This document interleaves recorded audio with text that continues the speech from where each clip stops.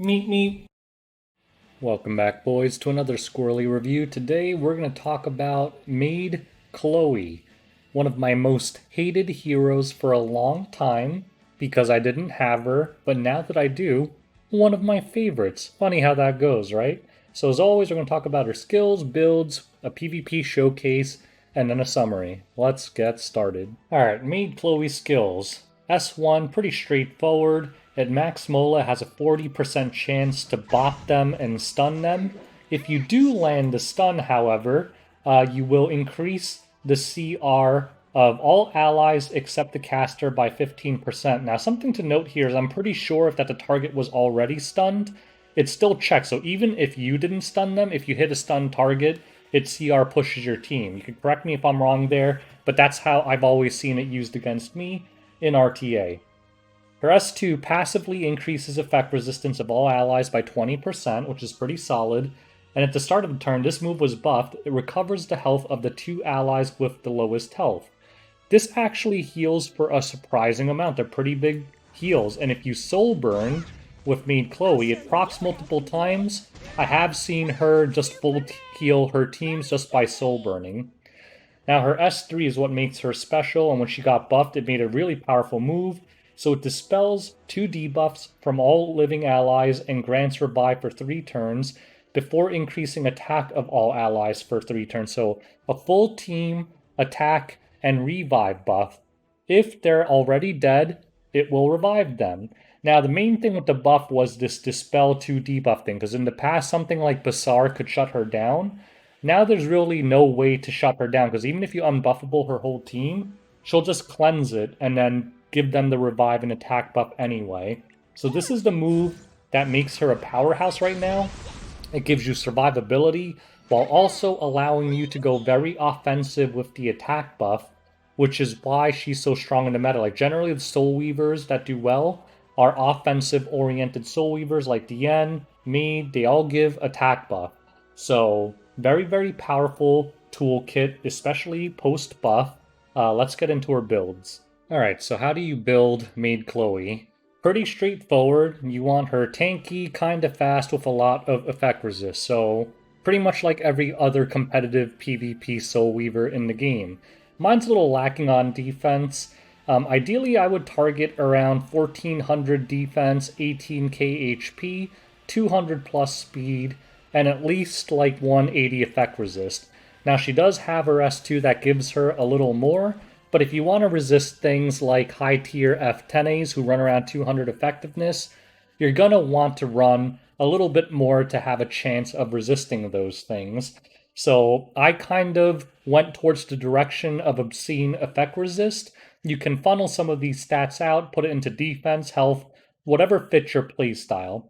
The important thing to note with the speed is you're probably going to want to tune it to go before your DPS, right? So whatever your most popular DPS is, like Carrot or Landy or whatever, make sure she's faster than them so that she can cleanse them and put up that nice attack buff for them before they get their turn.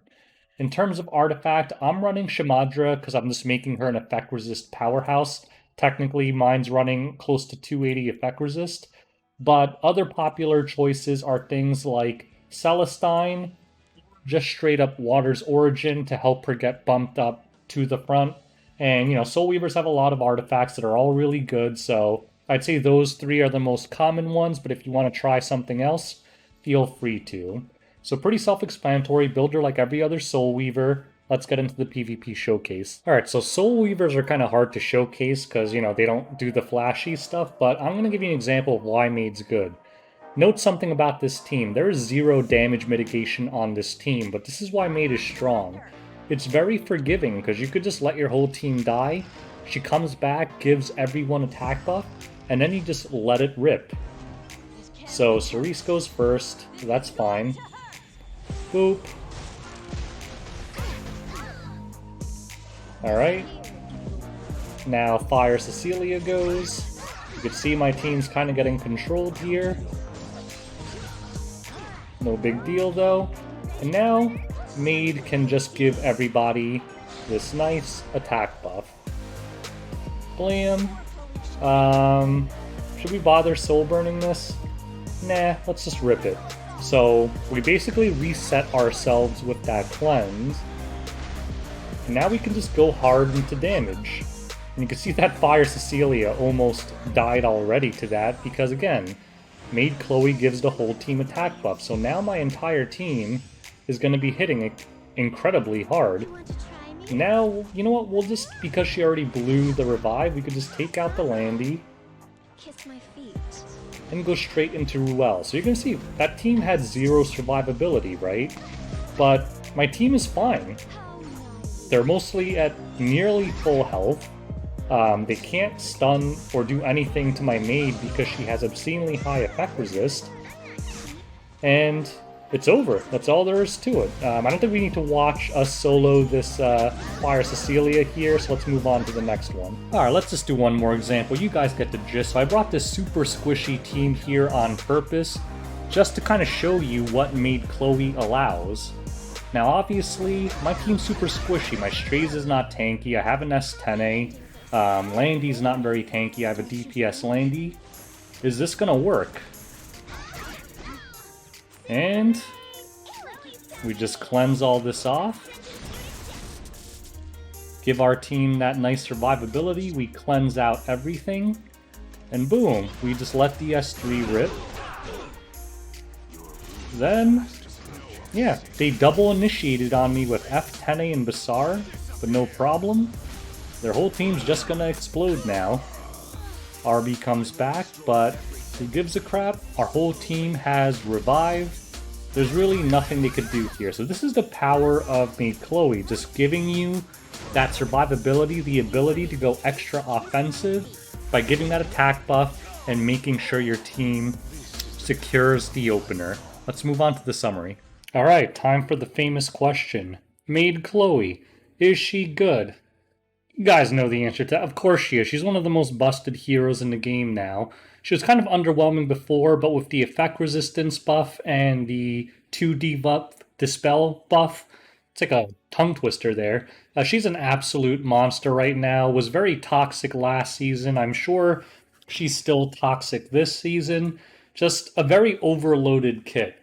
So let's go into rating. So arena offense, I'm going to give her a solid A. Again, like, arena offense is about speed, but she has this, this X factor, right? Because attack buff is very highly valued in arena offense.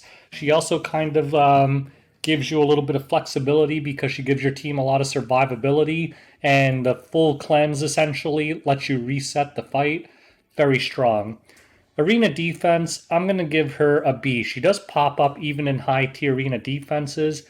I don't think she's too strong there, and kind of risky because a lot of people use Landy on arena offense, and you put that many buffs up, and Landy just turns into a turret machine and just wipes you out.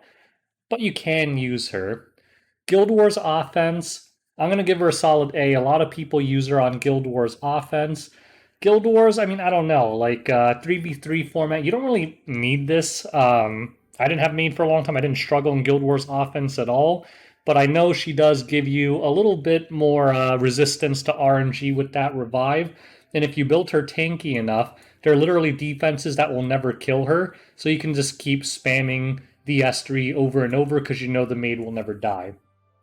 Guild Wars defense, I'm going to give her a B there. Some people use her with like double DPS to basically reset the fight. But the problem is very easily countered. Like if the attacker has Blood Moon Haste or Sinful built or something, she's going to be a sitting duck. So unless your defense has something else on it to deal with those heroes, not the greatest on Guild Wars defense. Now RTA is always the most important one. Is she good in RTA? She's an S squared in RTA. Just an absolutely toxic hero. I pre-banned her every single time last season if I didn't know who the player was and I thought they might have Maid. The few RTA matches I did this season, I want to say about 40 to 50% of the time, Maid was pre-banned if they didn't have her. So obviously a hero that is feared by many with her effect resist, the fact that she's hard to control, the fact that she cleanses everyone, gives them revive and attack buff. She's just an absolute monster, especially in the offensive-oriented RTA style that's prevalent today. So she just slots very well into the meta. and helps your DPSs blow stuff up while making it hard for the other team to lock them down by just wiping out your DPSs, because click one button, they're back, and they're going to rip their S3s and get their job done, and then who cares if they die after that. So anyways, that's Maid in a nutshell. If you have her, congratulations. You have one of the best RTA heroes in the game, to be honest. She's probably at the highest tier possible right now. Just an absolute monster. So hope you guys enjoyed this review. If you have any questions or comments, leave them in the section below. Until next time, peace out, boys.